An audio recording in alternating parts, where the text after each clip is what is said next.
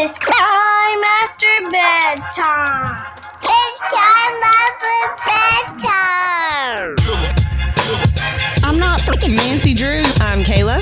Yeah, it is cheesy, but I don't care. I'm a cheesy bitch. Yeah. And I'm Austin. Husband and wife. I like banging. Oh, that's it. Keep stroking it, baby. Let's go. We're not investigators. What? That's crazy. Let's hope this goes well. Kids are in bed. It's Crime After Bedtime.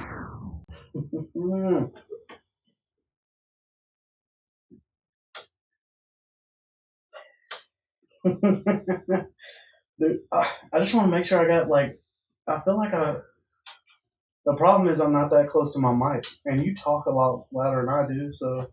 Yeah. But, I'm looking over at you. I don't know. Fuck it. Let's just go. All right. Hey, everybody, and welcome back to Crime After Bedtime. I'm Kayla. And I'm Austin.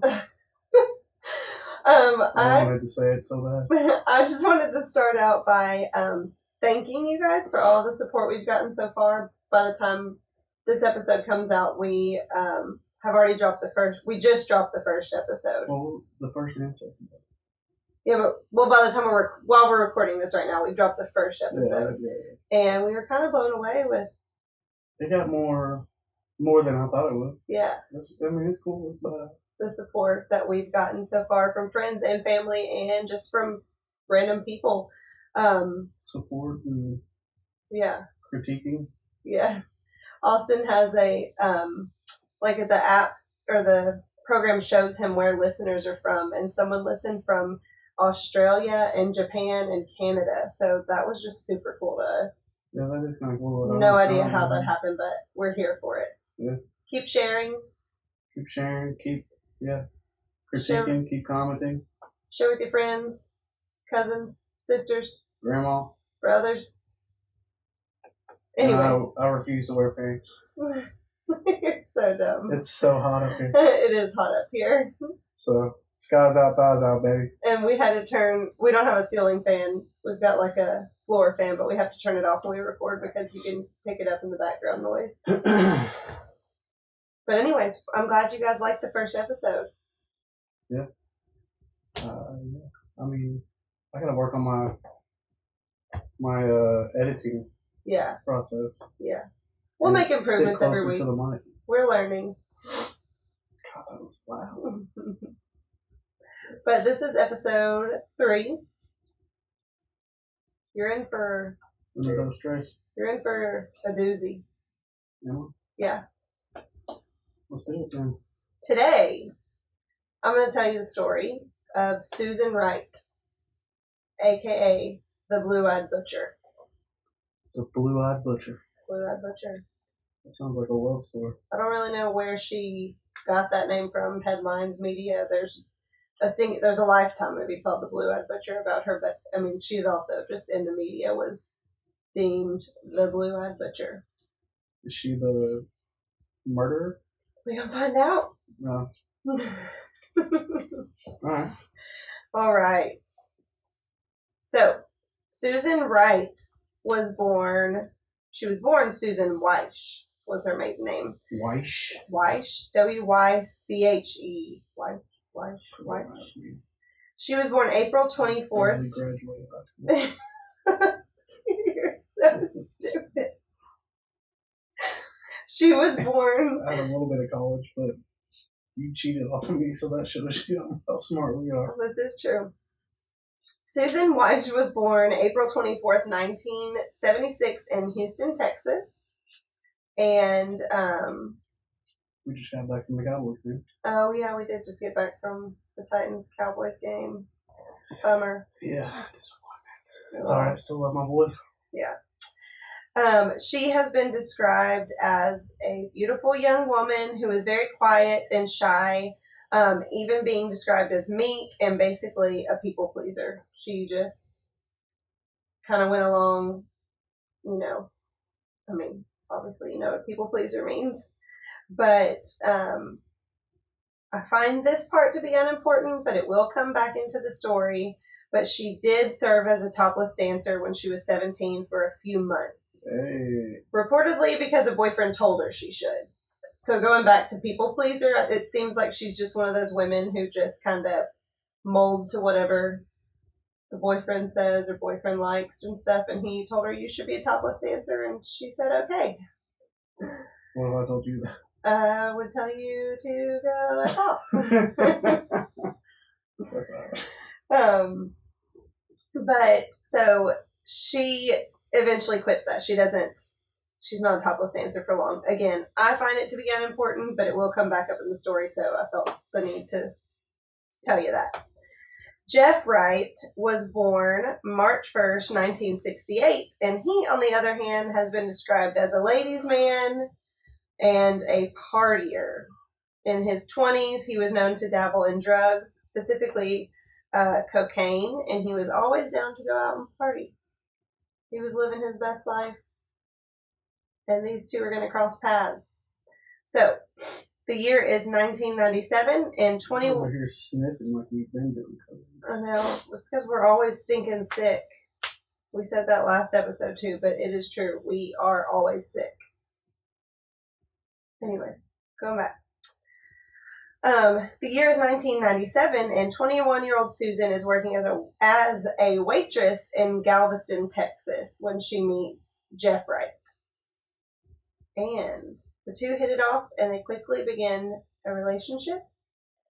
And he kind of wines and dines her and does all of the lovey-dovey things in the beginning of their relationship, and they quickly are taken with each other. Their relationship was kind of a whirlwind. It kind of happened really quickly.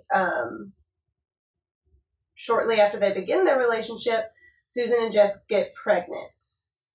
So they decided to get married, and they get married in October of 1998 when Susan is 8.5 months pregnant.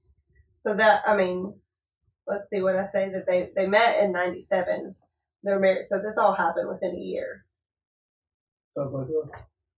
Yeah, I mean, but we've known each other since we were 13. These two Oh, just yeah, met. true. Very true. Sorry about that. It is definitely crime after bedtime. Yeah, it's past our bedtime. It's late. But yes, they get married. Shotgun wedding. Yeah, they get married when she's 8.5 months pregnant. That is super pregnant to be getting married. Girlfriend was about to have that baby. Hey, love me. So their first child is born, a boy who they name Bradley. And just a few short years later, in 2002, they have their second child, and she is a girl named Kaylee. And from there, by all accounts, Susan is like picture perfect mom, stay at home, suburban mom. She keeps a clean house. She's the stay at home mom. Jeff works as a carpet salesman.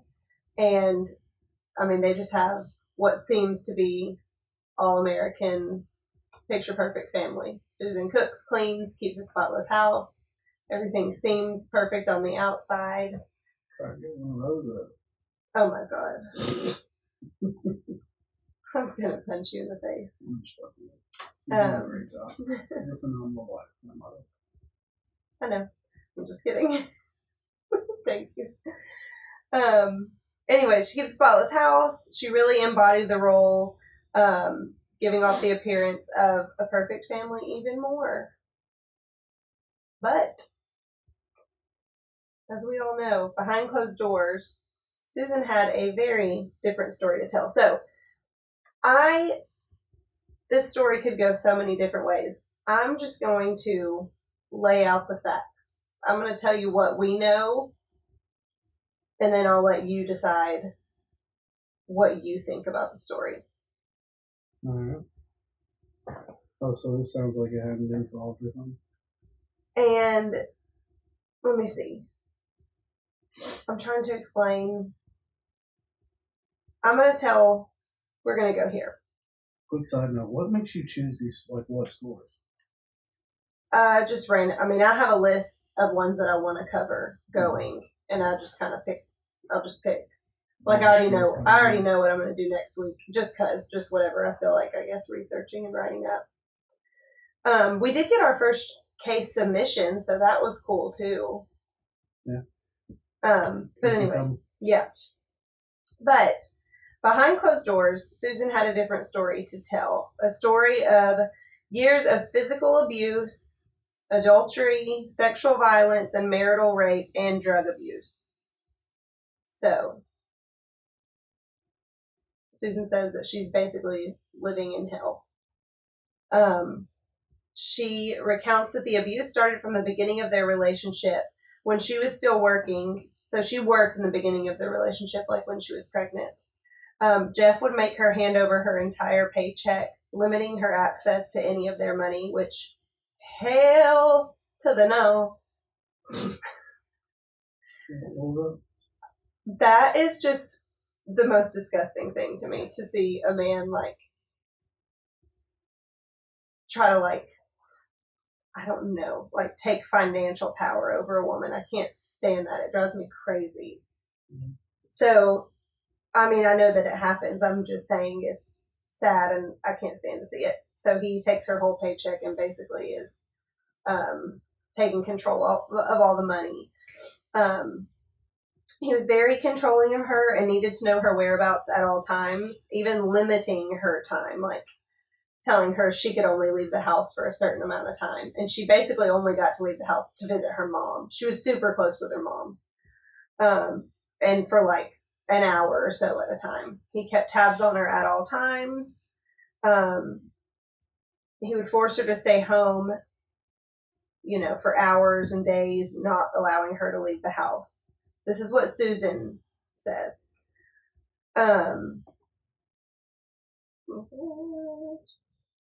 Yes, he would only allow her to leave the house. I don't see how people are like that. I know. I don't have the energy to give that much attention. Yeah, you know, but people are crazy. Another thing, Susan actually suffered from postpartum depression after giving birth to both children, and she claims that Jeff would withhold her antidepressants from her and telling her to literally, she quoted him, he said, just suck it up and do her job. Which that's really, really freaking sad. That really disgusts me. Sure. Yeah. She says that through the entirety of their marriage, she suffered from physical abuse at the hands of Jeff. She claims that he was abusing drugs, and at these times when he would come home on drugs and come home high, it would always bring out his violent side, and he would basically beat the shit out of her on numerous occasions, hitting, kicking, punching, throwing bricks at her in the backyard. Making contact? Jesus. She said throwing bricks at her. I'm like, are we playing fucking dodgeball? She also claims that he would oftentimes get extremely rough with Bradley, their son, and when she would confront him, he would basically tell her to shut up and you can't tell me how to raise my son. This is in my notes somewhere. I'm getting off track on my notes a little, so I might repeat myself, but he also was verbally abusive and would call her names like fat ass. And he would criticize her weight gain after having babies, which is so crazy to me because in the dozens and dozens and dozens of pictures I've seen of her, she's not even a little bit overweight. She's a petite woman. He probably looks like a fucking rat. And he's calling her a fat ass, and she's not even anywhere near being anywhere overweight. Anyway, even if she was, you don't call your wife a fat ass. Well, what's he look like? A freaking average Joe. I mean, he's not fat. He's just a dude. But Jeff was also sexually violent towards Susan, forcing her to have sex with him even when she didn't want to, which is marital rape. She said that happened on many occasions. She also said that in between Bradley and Kaylee, because there's how many years difference? 2-3 years difference in between them. She said that she was pregnant again in between them and that she miscarried literally because he beat her so much. He killed the baby. So she had a miscarriage. And he was also having multiple different affairs, which was easily confirmed when he contracted herpes and shared that lovely gift with Susan. Oh, God. So she got herpes. I don't know how she found out about the affairs besides the fact herpes? that I don't know if it was brought up before or if she just was bitch, hey, I got herpes. Yeah. Where the fuck this come Yeah. from? That would be fucking, that's not funny, but that would be fucking awful. And he basically told her, well, you should have been a better wife. And he wouldn't have had to cheat on her. Is what she says. Now, with all that being said, and I mean, I could go on and on and on with very detailed about all the abuse that has been claimed, but that was kind of just a short gist. This goes on, their marriage Was not good. No, and it was over years and years and years. I condensed it into 2 little paragraphs. Like, how many? Is that important? Like, how many years? Like, just curious. They got married in 97. They got married in 97, yeah, and our story, this is like 2002, 2003. So, like, well. Mm-hmm. I'm Now, gonna start throwing bricks at you. I'll throw them back. You won't. Why? I can't imagine you throwing a brick. First of all, it ain't going anywhere. Second of all, you having any type of accuracy. It's a brick. It doesn't weigh that much. Well, I mean, yeah, but it's not a fucking football or something. You go get me a brick. I'll throw it at you. Let's see. When this podcast is over, we're going to the backyard. Actually, we have a brick in the backyard. So if there's not a podcast next week, y'all know fucking why. That's not a brick. That's like a cinder block. No, there's, baby, I have a brick. There's a brick back there. Okay, well. See, you don't even know the difference between a fucking brick and a cinder. I'm going to throw it at you after this. Please don't call the cops if you're our neighbors. It's all fun and games. Oh, it's Until someone gets hit. I really want to hit her. Really bad. I can't stand you. I gotta finish the story. Whew. Now, after telling you about all that abuse, I do think it's important to note that I don't want to make it seem like she's not telling the truth. What's important is that there is no paper trail of this. Never once did she go to the police. Yeah. She never went to the police. She never went to the hospital. There's no medical record of any of these injuries. But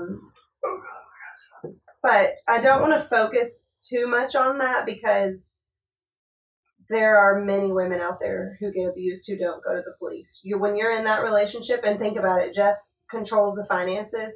She probably feels like she has nowhere to go. She has these 2 children to take care of. She's trapped. Well, and she might feel like she can't go to the police. If she fears for her life, she feels like she can't go to the police. well, then, I mean, if he's that way, he's probably filling her head with a bunch of shit if she would, Yeah. to do something like that. But plus, I mean, sometimes you don't realize, kind of what you're in when you're in it. I guess that makes sense. Yeah. According to the National Coalition Ooh, big word. Against Domestic Violence, only 34% of those who are injured by intimate partners receive medical care for their injuries. Oh my god. I feel like you read that so fast. Did I? Yeah, read that again and slow down. My mind is like... Only 34% of people who are injured by intimate partners receive medical care for their injuries. Gotcha. And then USAFacts.org reports that half of domestic violence victims do not report to the police.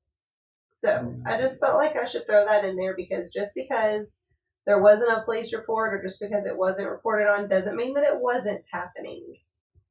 But it is important to know that there was no, paper trail of it before that. Now,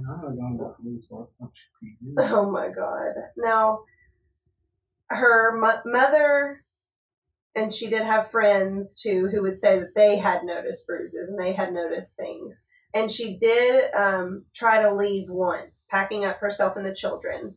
Her family came to help her move her things, and they went to her sister's house. And Jeff was calling that night, telling her that she had to come back home, or he was going to kill her and the children. And what she did, go back She home? went back home. Instead of calling the police? He had a U-Haul sent the next day, and she went back home. She was afraid, and she told her sister, he'll kill us. Oh, that's crazy. Yeah. Like, hey, you just threatened to kill us. Yeah. So there is. So this is happening in like 2002, 2000.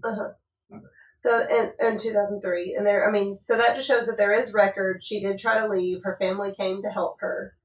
But on the night of January 13th, 2003, she's back home with the kids. Jeff comes home from a boxing lesson, seemingly high on drugs. He is cracked out on cocaine, she says.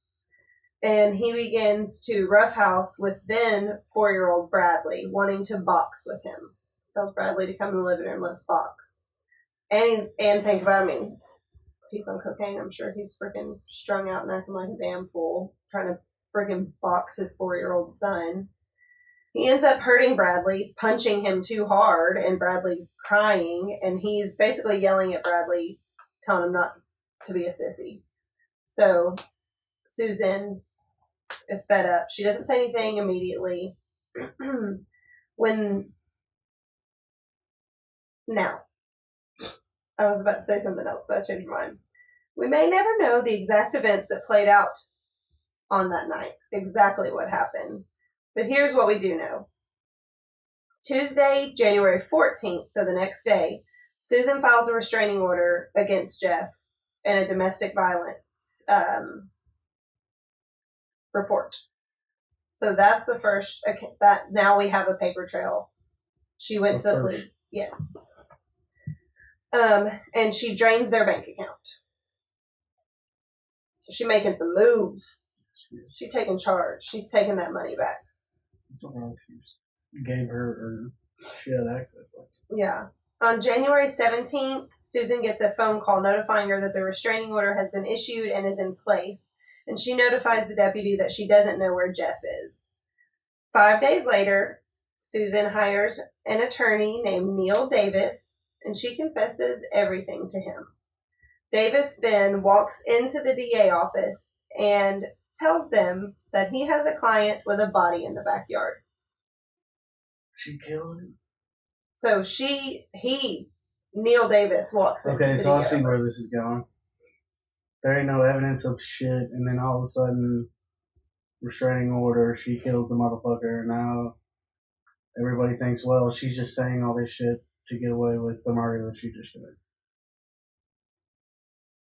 Basically. So, law enforcement show up to the couple's suburban home in Texas, and they find a partially buried, nude Why did she try to bury him? nude and very deceased body of 34-year-old Jeff Wright. He is partially buried because the family dog had dug him up Oh, and God. even snacked on him a little bit. That is fucking gross. That is hella gross. I don't know what to say. Like, what?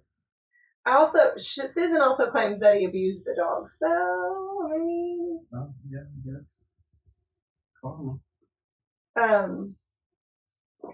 Anyway, so he is nude in the backyard. What's that matter? He's fucking dead in the backyard. I know. But, well, it goes along with the story of what happened. Along with the gruesome discovery, there is also a whole-ass blood-soaked mattress in the backyard. She literally just took the mattress into the backyard, and a blood-soaked comforter. She ain't very good at this murder. Like, can you imagine the scene that these people walked up to? You didn't say, like... Their mattress was in the backyard, covered in blood. How did they get notified? Like, how did this all... The attorney, her attorney, she called her attorney and said... Oh, you said she... Okay. Yeah. Okay. She called her attorney, told him what she did. Him being an attorney, he had to go tell law enforcement. Okay. That makes sense. Yes. So, yes. mattress, comforter, blood, backyard, all just sitting in the backyard. Just sitting in the backyard. Can you imagine? So she had the intentions to get just get away with murder, pretty much. I don't know what she was thinking. Realize I have a bloodstained mattress I don't know what to do with. You'll find half of his body's dug up from our pet dog. I can't cover this shit up. And I guess when I think about like a backyard, thinking about our backyard, like all of our neighbors can see. Now.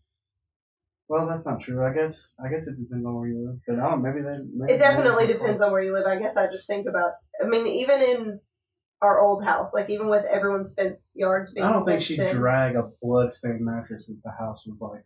Yeah. Anywhere near close to it. Yeah, if you look at pictures of the crime scene, like it's really weird. I wouldn't even necessarily call it a backyard. It's like a. Do they have pictures of it? Yeah. You may have to put those in the video. Yeah, we will, because the backyard's almost like a. I don't know. It's almost like a condo. You know, like in a townhouse or a condo, you have just a little area that's got a fence. Yeah. It's almost like that, but they lived in a house, but it's just super small. We'll post pictures of the backyard with the mattress and everything. But the inside of the house revealed a strange and bizarre and very piss-poor attempt at cleaning up the murder scene. I mean, there was a half-assed attempt to repaint, although there was still blood spatter everywhere. So she had went and bought paint and tried to repaint. And there was still blood spatter. Part of the carpet had been cut up with a box cutter. And then there was evidence of bleach cleanup, like a bleached pair of jeans were on the floor and a bleached towel. I don't know. I can't tell you where. I couldn't tell you where the kids are because I was wondering the same damn thing when I was looking this up. A closer look at the body revealed that there were restraints still attached to his wrists and legs, his wrists and one leg, neckties, and like the belt from a robe. He had been tied up. I wonder how she managed to do it. Well, he had candle wax. Oh, it was sexual. They were getting fucking freaky. He had hot candle wax poured on his pubic area. Hell yeah. It was tied up.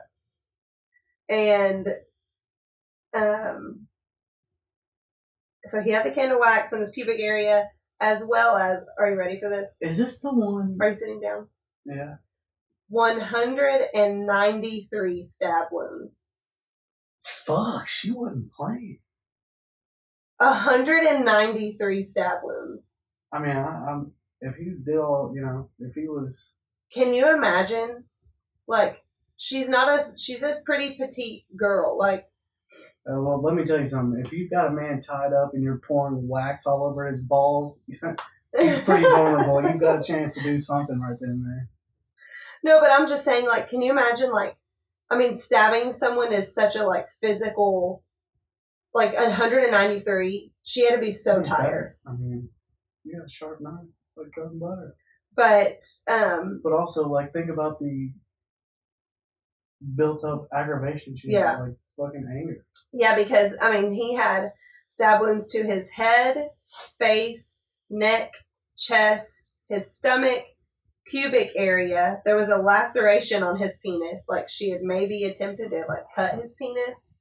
His arms and hands, legs, head, shoulders, knees, and toes with a knife, and one stab wound in his back. That's crazy. I mean, that I just named every part of his body. Every part of his body was covered in stab wounds. Shit, make sure he's dead, I guess. Susan's attorney reveals that she is unavailable for questioning because she's been admitted to the psych ward at the local hospital, where it's reported that she is just in a state. She is convinced that Jeff is still alive and he's coming for her. She's like pacing the hallways, looking for Jeff, like muttering to herself that Jeff is coming to kill her. I mean, I don't know. I feel for her, I guess. She thinks that he's still alive and he's coming to kill her. She finally turns herself in on January 24th, 11 days after killing Jeff, and was arraigned on murder charges. Are you like making me like feel bad for like somebody who's actually like psychotic? No, I mean, we don't. Is this really like No, this is. Yeah, no, this is really how it goes. Okay. Yeah. There's no like surprise. She's No. really crazy bitch. No, I mean, it depends on what you think. Some people think she is. Some people think she's not. Some people think she suffered from battered women's syndrome. Well, yeah, if that happened, Yeah. good for her. Because, I mean, she said, and I don't have the direct quote, but she said, like, I stabbed him in the face for all the times that he called me names. I stabbed him in the arm for all the times that he hit me. I stabbed him in the legs for all the times he kicked me. I stabbed him in the penis for all the times he raped me. Like, she gave details. Like, she was... So we have the facts of what happened, or how the body was found laid out. How do we determine if Susan was a cold-blooded killer or an abused woman suffering from battered women syndrome? On one hand, the accusations she brought against Jeff are repulsive, and it could be understandable how a woman could absolutely fucking snap one day like that. I mean... So, like, they didn't have... What about, like, family, friends, like... I mean, her mom says, like, Well, not just her, but also, like, his family had no idea of allegations of abuse, is what they say. That's what I'm saying. Yeah. They didn't... But all the times that she went to her mom's and... Like, does her mom... Did she say anything? Well, you know what? I actually didn't even put this in my notes, and that was... I should have. That was really bad of me. Her mother was abused by her father. And Susan grew up with that her whole life. Susan grew up in a home where her mother was beat repeatedly every single day. So that was the norm for them. So her mom does say that she would hug Susan and feel her wince and then saw bruises on her. But to them, that was normal. Yeah, I mean, Susan's dad beat her mom until the day he died. Yeah. So then there's people who say Susan wasn't abused, that she was like recanting her childhood. Maybe. But, okay, yes. So, what was I saying? Susan, battered women syndrome. We could see how things could escalate. But on the other hand, we have Jeff, who had been tied up and in his most vulnerable state, clearly in the midst of thinking he's being seduced by his wife, and then gets stabbed 193 times, which is just absolute overkill. He's like, I'm about to get the blow job of my life, and then he just stabbed 200 times. Yeah. Oh, it sucks. Susan's trial begins on February 24th. And Assistant District Attorney Kelly Siegler, tears into Susan, viciously painting her as a promiscuous deviant just after Jeff's $200,000 life insurance policy. She brings up her past as a topless dancer and claims that Susan lured Jeff to bed that night with every intention of tying him up and killing him. So she's like, basically slut-shaming her, saying she used to be a topless dancer. This is, her 2 months that served as a topless dancer. She uses that against her the whole time. The whole case. Yeah. And the fact that he was tied up that way. She's saying, like, see, she lured him into bed, trying to kill him. She was saying that's basically what she used against her. Sure, maybe you could see it that side, but if you look at it on the other side, like, how else are you supposed to do it? Yeah. Now, Kelly Siegler does something that is so bizarre and crazy that it is still talked about in the true crime world, and something that we will probably never, ever see again in our lifetime. She brings in the actual bed and mattress, their headboard and footboard, and the blood-soaked mattress into the middle of the courtroom. There's assembled. The actual bloody bed that Jeff died on is in the middle of the courtroom. She gets a colleague of hers and ties him to the bed and straddles him. Damn. Gets the actual murder weapon and is like reenacting the How murder. is she allowed to use all the... I don't know. I guess because at that point, it's not like, I mean, it is evidence, but yeah, I guess it's they've got the not killer. protected. Yeah. The judge was like, sure, Yeah. set it up. I don't know how they allowed that to happen, but it happened. She straddles this man who, can you imagine being that? Think about that man being laying on that bed, tied up in the middle of the courtroom. I felt that way. Nope. And it was also televised. Not really. Yeah. The whole world was getting shut. Yeah, she really wanted to reenact the whole thing. So Kelly Siegler is digging in on those claims, all while Susan claimed self-defense. Susan said that night she brought up the incident with Bradley, telling him that if he didn't stop using drugs and stop his behavior, she was going to leave. She claimed that Jeff then, obviously it turned into a huge fight. He physically assaults her and raped her that night, and that he came at her with a knife, yelling, quote, "Die, bitch." And that she somehow got the knife from him. She said that she, I think, kneed him in the balls and was able to get the knife from him. But he's quite a bit bigger than her. I can't remember their exact measurements on height, but he's a lot bigger than her. I don't see that. Yeah, she says that she kneed him in the balls and she wrestled the knife away from him, and that she started stabbing him and she could not stop.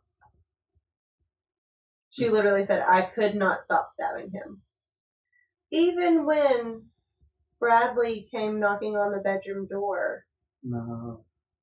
and she went to the door Bloody and shit? and took him back to bed Oh my god.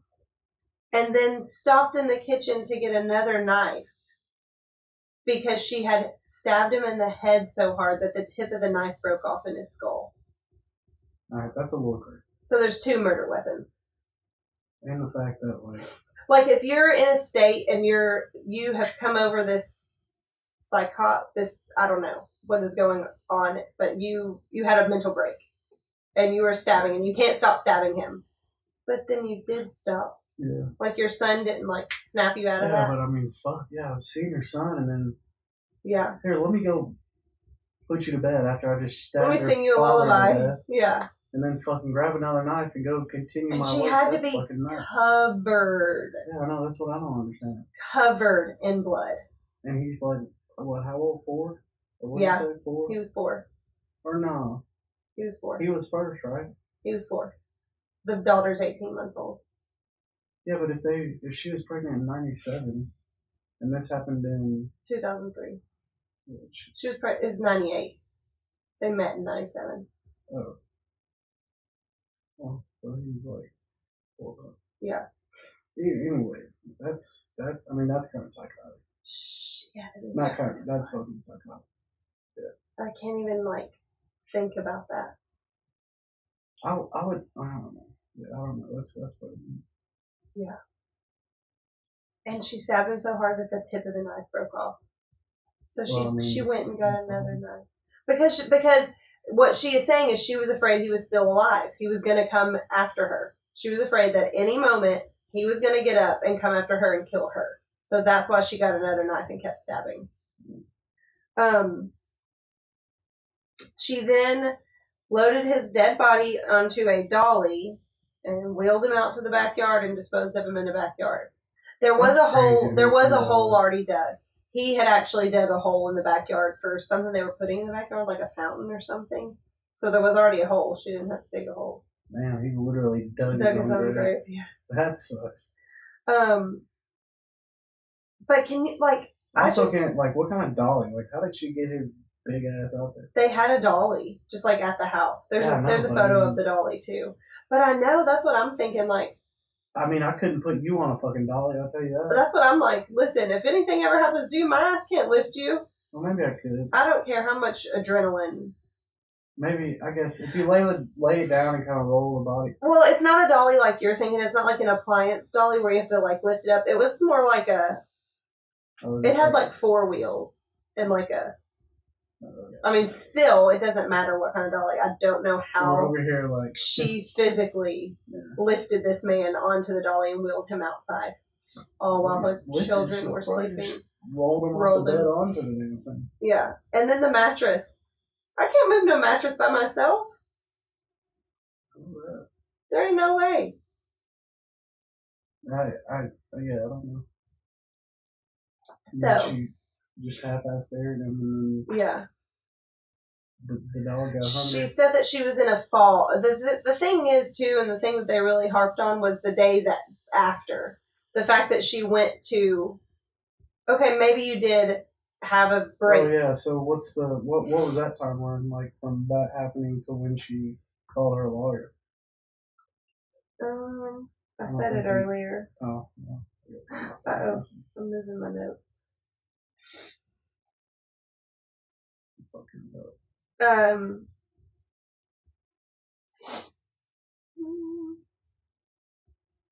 5 days after. I mean, that's a good amount of time. Yeah, that was 5 days in between.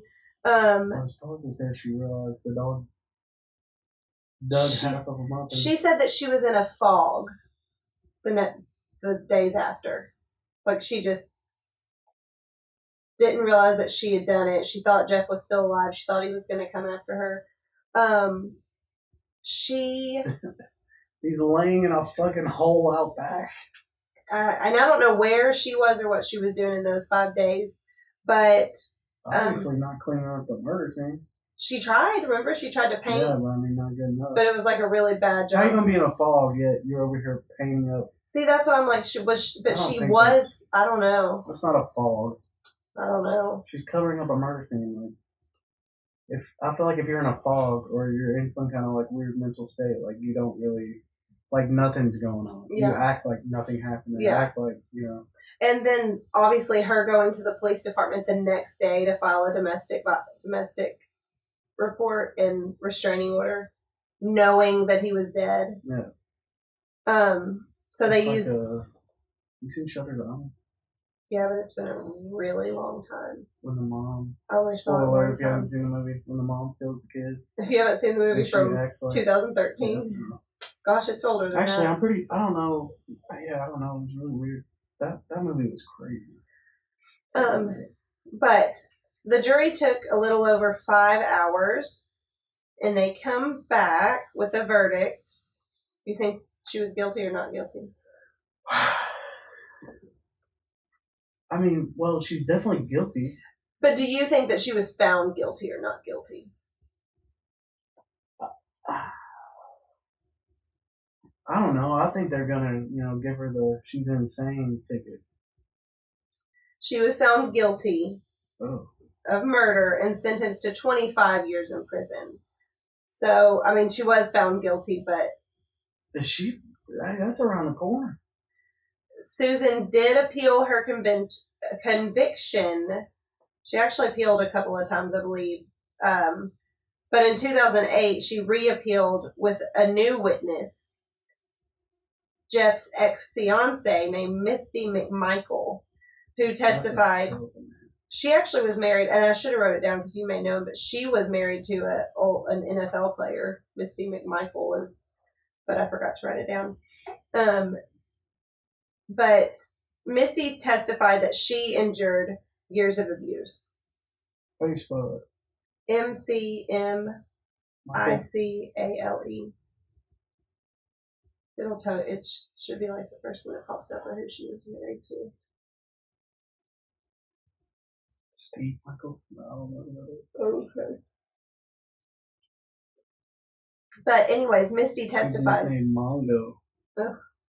Misty testifies that Jeff was abusive to her as well, and that she suffered years of abuse from him. So that kind of helped on Susan's behalf. Her lawyer also, I mean, they kind of bring up that Kelly Sigler bringing that bed into the courthouse should have never happened, which it shouldn't have. Mm-hmm. So they take that into account too. And her sentence was actually reduced to 20 years. She out? And she had served time. She was eligible for parole in 2014 and was denied. And she was eligible for parole again in 2017 and was denied. Then on June 2nd, 2020, Susan Wright was granted parole. and was released from prison on December 30th, 2020 at the age of 44. Damn. She is ordered to wear an ankle monitor. She is heavily monitored, cannot leave the state of Texas, and she has to undergo anger management classes. Her children were adopted by Jeff's brother. Watch out, Texas. As far as I know, I tried to really dig and see if she had been reunited with her children, but I don't think so. Oh yeah, I didn't think about that. I wonder. We say that, I feel like every episode that has kids. I wonder what the kids think. Yeah. Wait, And no. another thing that's really sad to me, because, I mean, no matter what, Jeff was a human being. Maybe he was a really shit human being. Yeah. We don't know. But he was still a human being. He still had a family. His family found out about his death from the news. Oh shit. From, The like, cops didn't. mm-mm.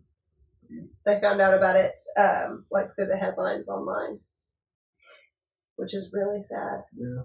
And the abuse claims. He said when they found out about her murdering him, was the first time they had ever heard of any abuse claims. Because I feel like, I mean,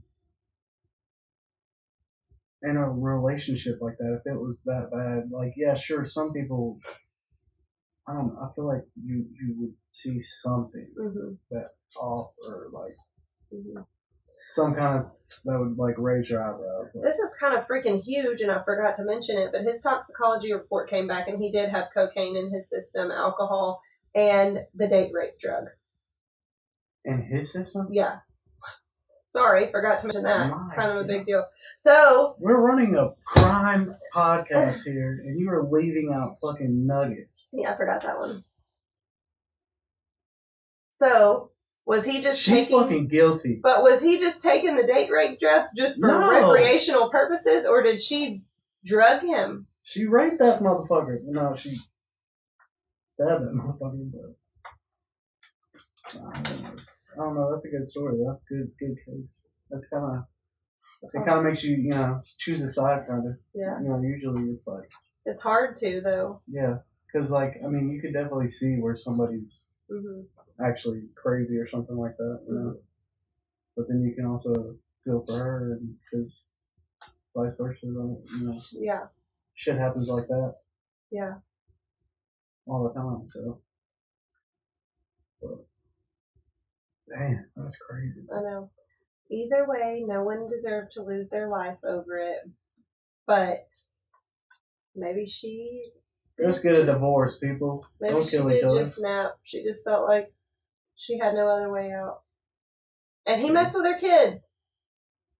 He can beat up on her all he wants, but he freaking messed with her kid. And she was like, hell no. No. Yeah, it's not good. So. Poor kids. Well, I can imagine like being in that situation. Hopefully they lived a decent life with his brother. Wow. How old would they be now? 2020? They were born in 98. Oh, so 22? Or he was born in 98. Or I'm sorry. 24. Oh, that's so weird to think about. Yeah, because that's young. I don't know.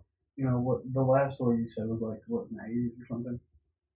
So you don't really think about, like, these people that, of these stories, early 2000s, like, having kids. Like, Yes. They're not old. Like, they're out there just living their lives.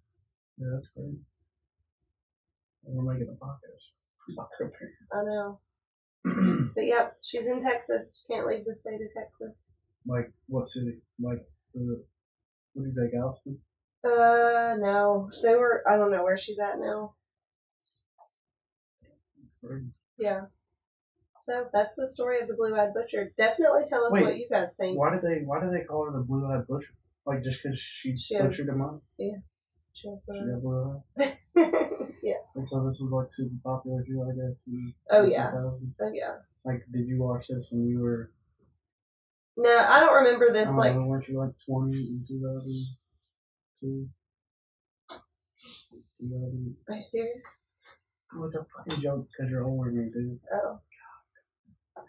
Are you serious? I don't remember this like when it happened. I don't feel like, but I do remember like seeing Oxygen, special ID investigation, all that. I don't remember when it happened, but I'm gonna be honest. The only thing, like, I didn't watch the news or anything like that. I didn't get caught up in stuff like that. But the only thing I remember from any story that you could possibly ever tell me is like the Casey Anthony thing. That's the only, like, I didn't know jack shit about any true crime, any nothing. I never cared about any of it, I guess. Yeah. I'm sure we'll dig into that one day. I guess it's not it's not my maybe thing. Yeah. Well, especially now with isn't she like? Oh no, she's like it's coming back around when she's like been seen like at concerts and shit. Yeah. And so it's kind of going viral. Yeah. But I remember that one, and she's a girl. Yeah. The party is winding down. Wait. What does that mean? Don't feel like partying anymore. We've already reached climax? I'm done. That's trash. Good night, everybody.